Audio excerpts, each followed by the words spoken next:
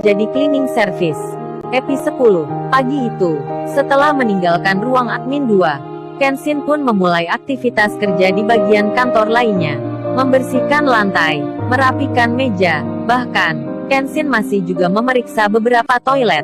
Entah mengapa, banyak pandangan mata dari para staf yang biasa memerintahnya tersenyum sopan pada Kenshin. Memang, rada ada yang ganjil gitu. Padahal, biasanya ia kerap kali diperintah ini dan itu.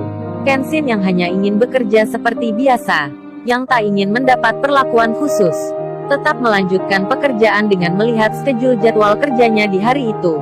Sementara, di bagian kantor HRD lain, rupanya ada rapat kecil antar staf kantor. Di rapat itu, mereka membahas tentang pertemuan rekanan kerja dari perusahaan lain, yang mana hal tersebut terlaksana tiap 3 bulan sekali. Tercatat ada 5 rekan perusahaan bisnis yang bermitra dengan perusahaan ini, yang akan dilaksanakan pada hari Selasa depan, tepatnya 7 hari lagi. Lalu, di kantor admin 2, Kaori yang masih menjadi pusat perhatian, memulai aktivitas kerjanya juga. Hingga salah satu temanya ada yang bercanda. Non dicoba dulu minuman kopinya. Jangan melamun saja, nanti, kalau gak cocok bisa di request lagi. Biar dia bikin lagi. Hai. Suasana yang mencair selepas Kenshin meninggalkan ruang admin tersebut. Hari itu, adalah hari pertama dimulainya kerja di minggu ini. Setelah hari Senin kemarin, Kaori dan Kenshin yang tak masuk kerja. Dan inilah pertemuan pertama di antara mereka. Pasca meeting tahunan, yang mana ternyata Kenshin adalah bukan seorang cleaning service biasa. Lalu, menjelang malam hari, di rumah Kaori di ruang keluarga, nampak sedang berbincang ayah dan ibunya. Tentu saja Kaori dan adik-adiknya yang masih sekolah juga hadir di ruang itu. Saat itu terjadi pembicaraan kecil antara ayah dan ibunya. Nampaknya mereka sedang membahas dan bercerita tentang Kenshin yang menjadi cleaning service. Namun ternyata, dia adalah putra dari pendiri perusahaan besar ini. Setelah panjang lebar berbicara dan bercerita tentang hal tersebut, lalu tiba-tiba ibunya bertanya dan berkata pada Kaori, "Kaori, kalau kerja besok hati-hati jaga sikap ya, terutama sama cleaning service tersebut." "Itu siapa ya? Namanya?" Ibunya memancing dengan nada pertanyaan. Tanpa jeda Kaori pun langsung menjawab, "Kenshin ma." Ibunya pun langsung menyahut, "Oh Kenshin namanya." Kaori pun balik bertanya pada mamanya, "Emang ada apa ma?" Kata papamu, "Tadi Kenshin di kantor admin 2 ya?"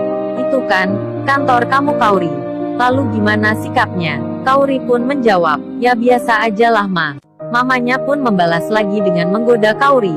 "Maksudnya sikapnya sama kamu, cakep gak dia menurutmu?" Kaori pun menjawab, "Ah mama ini, ada-ada aja, gak taulah ma," sambil menutup wajah dengan boneka pandanya. Jangan gitu, putri mama kan cantik, masa Kenshin gak tertarik?" Kaori pun menyahut, "Ah mama ini, bisa aja. Dah Maya." Kaori ngantuk. Lalu Kaori pun menuju kamarnya. Melihat hal tersebut, sebagai seorang ibu, tentu mengetahui gerakan rasa dari anaknya. "Lihat itu pa, putrimu, bisa juga salah tingkah ya." Lain Kaori, lain Kenshin. Malam itu Kenshin ada di depan kosnya. Saat itu, Kenshin sedang berbincang dengan teman kosnya yang tadi pagi mengirim SMS ke HP jadulnya. Temannya berkata, "Ken, aku besok pulang kampung, mungkin 3 minggu. Kalau pagi, kamu pakai aja motorku untuk kerja. Soalnya kalau di sini kan gak ada parkirnya." Temannya menunjuk tempat parkir sepeda yang sedang direnovasi oleh sang pemilik kos. Awalnya Kenshin menolak, namun setelah mendengar penjelasan dan permintaan temannya, ia pun akhirnya bersedia. Sekedar diketahui, sepeda motor temannya terbilang juga sepeda tua, atau bisa juga disebut sepeda butut. Jarang servis, jarang perawatan. Setelah kesepakatan itu, Kenshin pun masuk kamar kosnya, bersiap untuk tidur. Tak beberapa lama kemudian, berdering telepon. Rupanya itu dari ayahnya, yang bertanya, "Gimana Ken kerjanya hari ini?" Kenshin pun menjawab lancar ya, seperti biasa. Setelah terjadi obrolan beberapa menit dengan ayahnya, Kenshin pun akhirnya tertidur tepat jam 11 malam. Lain Kenshin, di dalam kamarnya, Kaori yang masih terbayang dengan ucapan Kenshin tak bisa tidur malam itu. "Aku balik ya." Seolah kata yang singkat itu, bagi Kaori sangat bermakna. Ia mencoba melupakan agar bisa tidur, namun tetap saja terjaga. Dan akhirnya Kaori pun tertidur tepat jam 2 pagi. Beberapa jam kemudian, datanglah pagi yang disinari matahari. Kenshin yang sudah terbangun lebih awal, masih duduk di teras kamar kosnya, sambil menikmati secangkir kopi. Ia mengingat, ternyata, barusan ia bermimpi.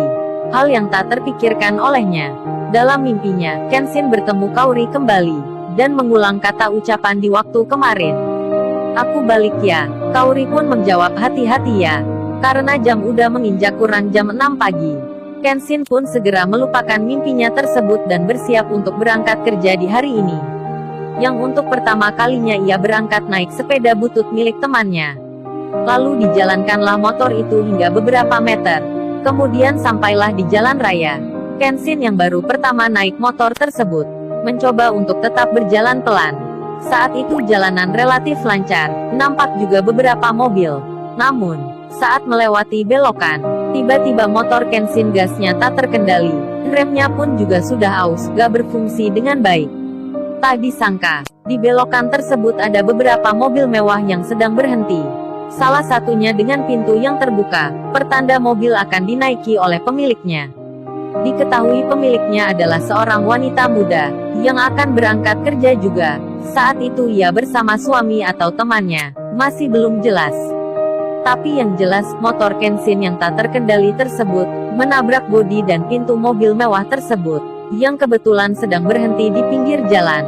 Tepat sesaat motor Kenshin meluncur. Brak-brak-brak, Kenshin terjatuh. Motornya jelas rusak, terlebih lagi kondisi mobilnya. Mobil yang diketahui bermerek mahal, yang bergaya sport tersebut, rusak parah bodi dan pintunya. Tak bisa dibayangkan, reaksi dari sang pemilik mobil tersebut, rusak berat ditabrak seorang cleaning service.